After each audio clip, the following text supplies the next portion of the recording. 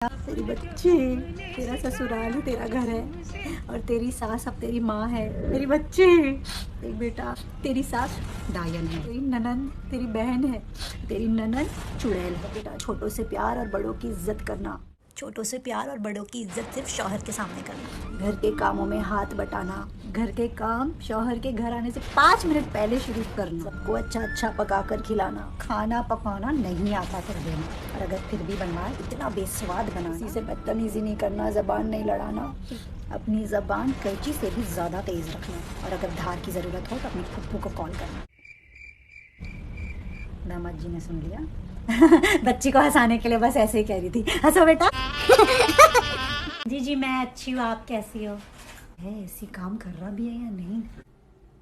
वो देख तेरे ताया, डायबिटीज हो गया इनको।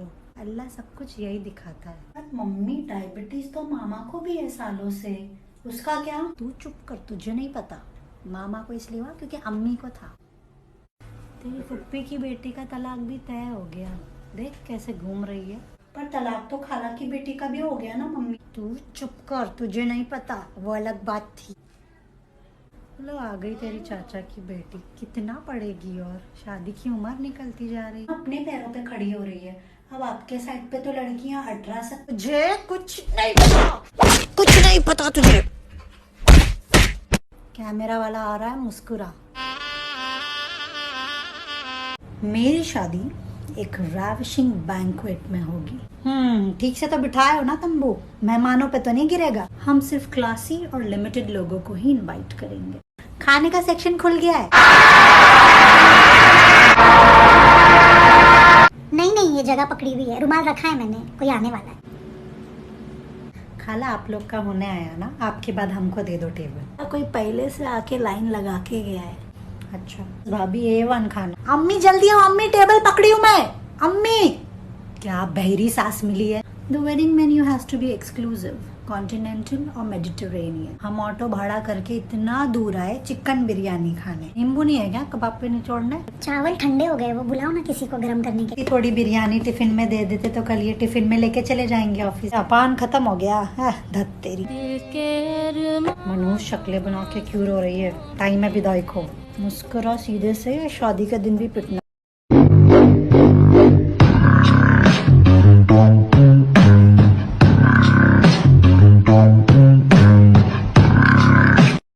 अरे बेटा, पहले बच्चे को 1 साल ही तो हुआ है, ऊपर से तुम्हारा सिजेरियन हुआ था। अच्छे से रिकवर कर लो, फिर दूसरे का सोचना। अभी 1 साल की हो गई है, पर अकेली बोर हो जाती है ना, तो फिर दूसरे का क्या सोच रहे हैं? अभी दूसरा आता तो फिर क्या उसको साथ ही मिल जाएगा। बच्चों में 3 साल का गैप तो होना ही चाहिए। 3 साल का हो जाने दे, फिर सोच भी। 2 बेटियां ही है ना, दोनों की जमती भी नहीं, झगड़ते रहते। बेटा हो जाता है एक तो फिर तीनों मिलके खेलेंगे, फैमिली भी कंप्लीट हो जाएगी। अरे बेटा, उसकी स्कूल तो शुरू हो जाने दे। एक बार स्कूल जाना शुरू करेगा फिर सोचना दूसरे का। अब 2 बेटियां 1 बेटा, बोर हो जाता है, उनके साथ खेल नहीं पाता। एक और बेटा होता तो बैलेंस भी हो जाता ना। तुम्हारी उम्र में तो मेरे 6 बच्चे थे। ड्रॉ नहीं खोलना, वो ड्रॉ नहीं खोलना। अब भी एक और हो जाता तो खुद पैदा कर लो।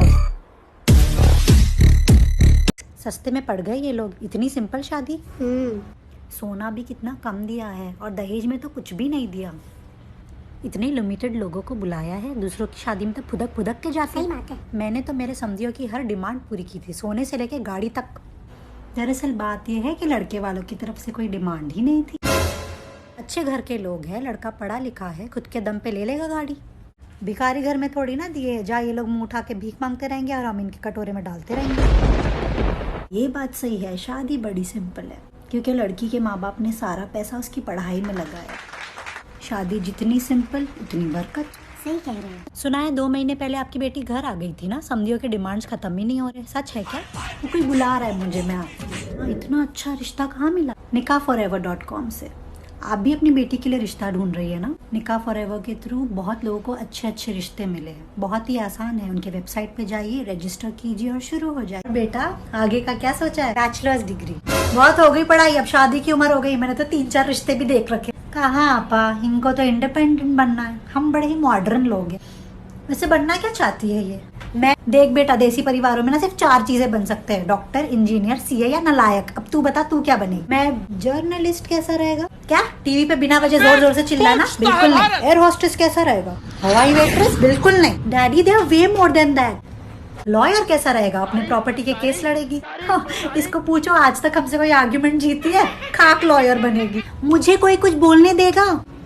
I have decided मैं एटलिस ग्रुप ऑफ इंस्टीट्यूशन से बिजनेस मैनेजमेंट करूंगी। They are an educational group based in UAE since 1998 and also have campuses in UK and India. Fees तो बहुत ज्यादा होगी। No, they have the lowest fee with favorable payment plan. The best part is ये bachelors programme 2 साल में खत्म हो जाएगा, which means घर बैठे बैठे UK की डिग्री। पहले क्यों नहीं बताया? तेरा भाई 4 साल इंजीनियरिंग करके भी नालायक ही